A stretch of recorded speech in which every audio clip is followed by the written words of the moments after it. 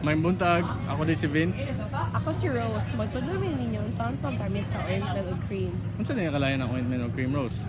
Well, ang kanang cream, dapat na siya sa panit na kanang gatubig or kanang gabasa-basa.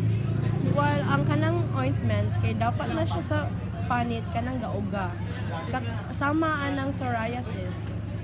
Ah, So, unsa mo pagbutang ana, Vince?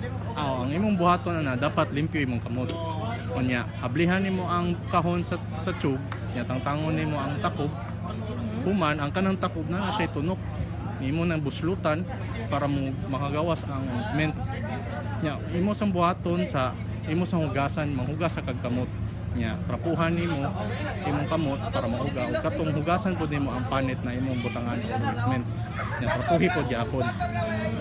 Nya, human iniguga na imo na may butang sa imong tudlo, imo butang ang ointment, imo ding ipahid sa imong panit. Nya, imo ikatag, imo imasahi para sakto ra gid ang pagbutang.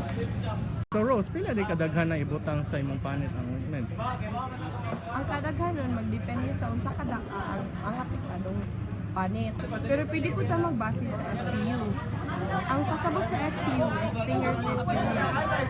Mao ni siya ang pag-measure ani kay ang unang linya sa imong tudlo hangtod sa tunggoy mao ni siya ang equal sa usa ka fingertip unit.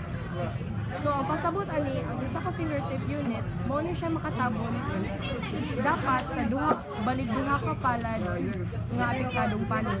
Inudumay sa paggamit og gloves, labi na ang imong ointment na ay hormones tulad sa mga estrogen or testosterone kay ngano dali ra kay ni siya mosunod sa imong panit. Kunya, numdumi sad ibutang ni siya sa malayong lugar, labi na mga daghang bata inyong balay. Nya ipalayo sa ni siya og init na lugar kay mo madaot dali ang inyong ointment. Salamat sa pagtanaw sa mong video. Ug may ta nakatabang mi ninyo Ug ug maayong adlaw.